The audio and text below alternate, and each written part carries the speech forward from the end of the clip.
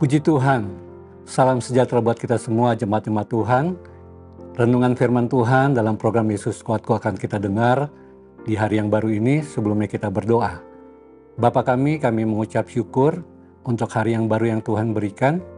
Dan kami mau sepanjang hari ini kami dilengkapi oleh kebenaran firman, diajarkan, dihibur, disegarkan oleh firman-Mu. Terima kasih Tuhan. Diberkatilah Engkau, diberkatilah kami. Di dalam nama Tuhan Yesus kami telah berdoa, haleluya, amin. Puji Tuhan.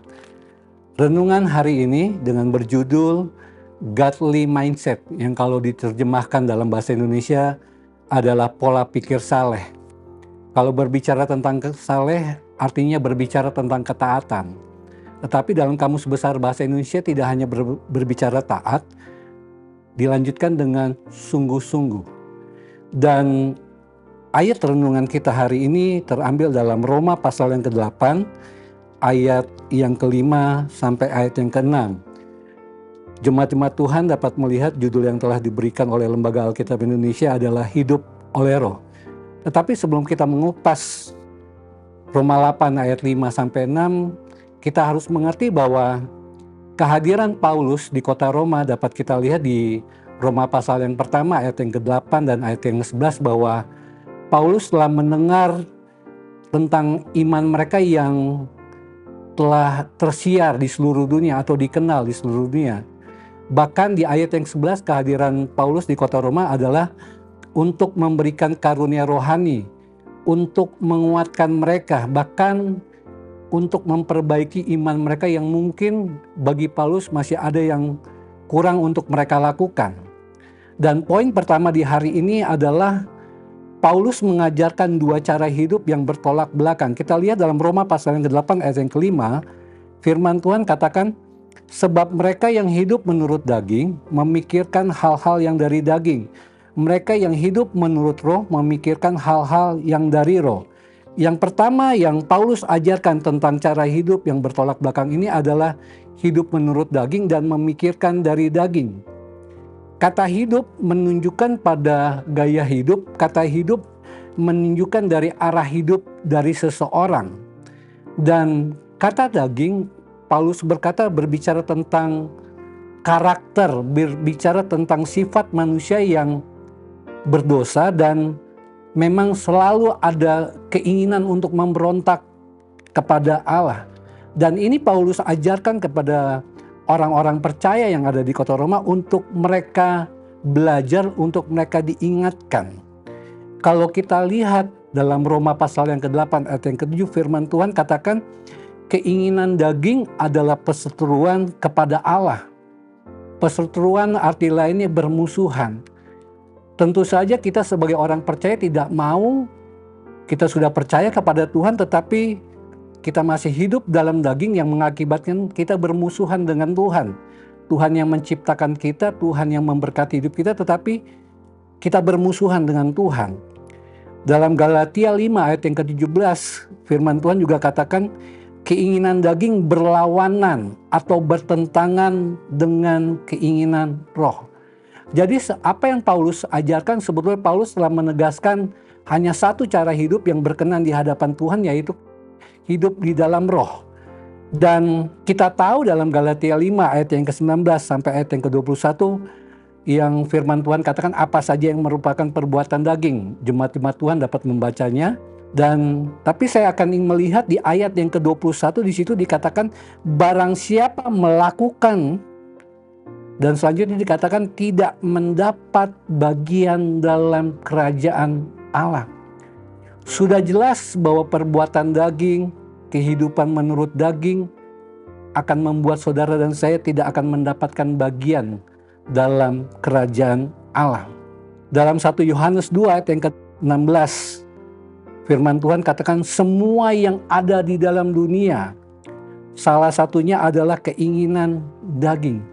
Jadi di saat kita masih hidup di dalam dunia yang membenci saudara dan saya sebagai orang percaya, dunia ini menawarkan keinginan-keinginan untuk daging kita. Tetapi di pasal yang sama, di ayat yang ke-17, firman Tuhan selanjutnya katakan dunia ini sedang lenyap. Kita sama-sama tahu bahwa dunia akan lenyap, tetapi Sebelum dunia lenyap ini, kata lenyap artinya menyesatkan.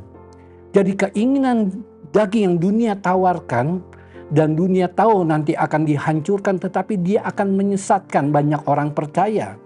Dan ini yang menjadi satu perhatian dari Paulus untuk mengajarkan jemaat-jemaat yang ada di Roma. Dan yang kedua, dalam Roma pasal yang kelima dikatakan hidup menurut roh dan memikirkan dari roh.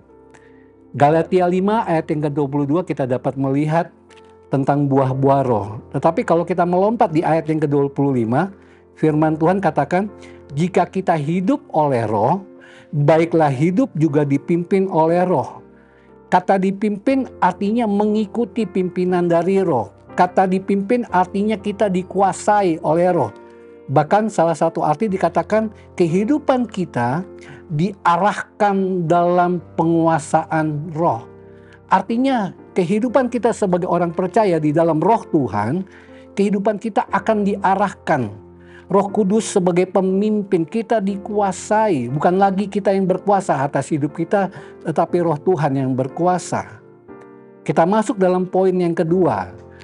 Dalam dua cara hidup ini ada konsekuensi yang Paulus sudah tulis, yang dapat kita lihat dalam Roma pasal yang ke-8 ayat yang ke-6. Karena keinginan daging adalah maut, tetapi keinginan roh adalah hidup dan damai sejahtera. Yang pertama dikatakan keinginan daging adalah maut. Paulus tidak mengatakan mengarah kepada maut, tetapi Paulus mengatakan keinginan daging adalah maut. Yang artinya apa? Artinya kematian rohani. Artinya apa? Keterpisahan hidup kita dari Allah. Dan itu sangat berbahaya bagi orang percaya. Bahkan tadi sudah kita baca bahwa kita tidak dapat warisan dari kerajaan Allah. Jadi keinginan daging ini membuat kita mati secara rohani. Kolose 3 ayat yang ke-5 firman Tuhan katakan, matikanlah segala sesuatu yang duniawi. Matikanlah keinginan dunia. Kecenderungan manusia, walaupun dia orang percaya, dia masih ingin melakukan keinginan-keinginan yang dunia tawarkan. Tetapi Kolose mengatakan bahwa kita harus matikan. Dan kita melompat di ayat yang ke-6, Kolose pasal yang ke-3, keinginan duniawi akan mendatangkan murka Allah. Kita sama-sama tidak ingin murka Allah terjadi dalam kehidupan kita. Makanya Paulus mengajarkan untuk tidak hidup di dalam daging. Dan kalau berbicara tentang keinginan roh tadi dalam Roma pasal 8 ayat yang ke-6 adalah hidup dan damai sejahtera. Damai sejahtera artinya harmonis. Damai sejahtera artinya kehidupan kita selaras dengan Allah. Dan poin yang terakhir, tanda pengenal dari Allah. Roma 8 ayat yang ke-14, semua orang yang dipimpin roh Allah adalah anak Allah. Di saat hidup kita menurut roh dan memikirkan dari roh, di saat kita mempunyai kehidupan roh dalam hidup kita, mendatangkan damai sejahtera, tetapi kita juga dikenal sebagai anak Allah yang akan dipimpin oleh roh Allah. Hidup dalam pimpinan roh artinya kita selalu berpikir apa yang Tuhan inginkan. Hidup dalam pimpinan roh artinya apa yang dapat Tuhan raih melalui hidup kita.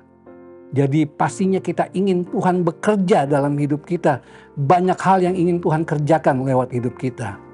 Dan dalam bagian terakhir, sebagai orang percaya, kita tidak bisa hidup di tengah-tengah antara dua cara hidup ini.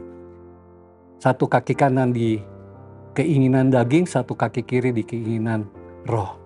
Tetapi pilihlah apa yang Paulus ajarkan untuk jemaat di Roma, hidup di dalam roh. Puji Tuhan, kita akan masuk dalam doa. Bapa kami dalam sorga yang kami panggil dalam nama Tuhan Yesus Kristus, kami mengucap syukur firman-Mu kembali kami dengar di hari yang baru ini. Firman-Mu mengajarkan, firman-Mu menegur kami sebagai orang percaya, yang untuk memperbaiki kehidupan kepercayaan kami Tuhan. Ampuni setiap kesalahan kami, perlengkapi hidup kami Tuhan. Dan tetaplah penuhkanlah kami dengan Roh Kudus-Mu. Roh Kudus-Mu memimpin, Roh Kudus-Mu berkuasa, Roh Kudus-Mu menjadi pemimpin dalam hidup kami. Diberkatilah jemaat Tuhan yang ada dalam keluarga, dalam pekerjaan, dalam hidup mereka, terlebih dalam pelayanan mereka. Di dalam nama Tuhan Yesus kami telah berdoa, haleluya, amin. Bersama Yesus, aku kuat.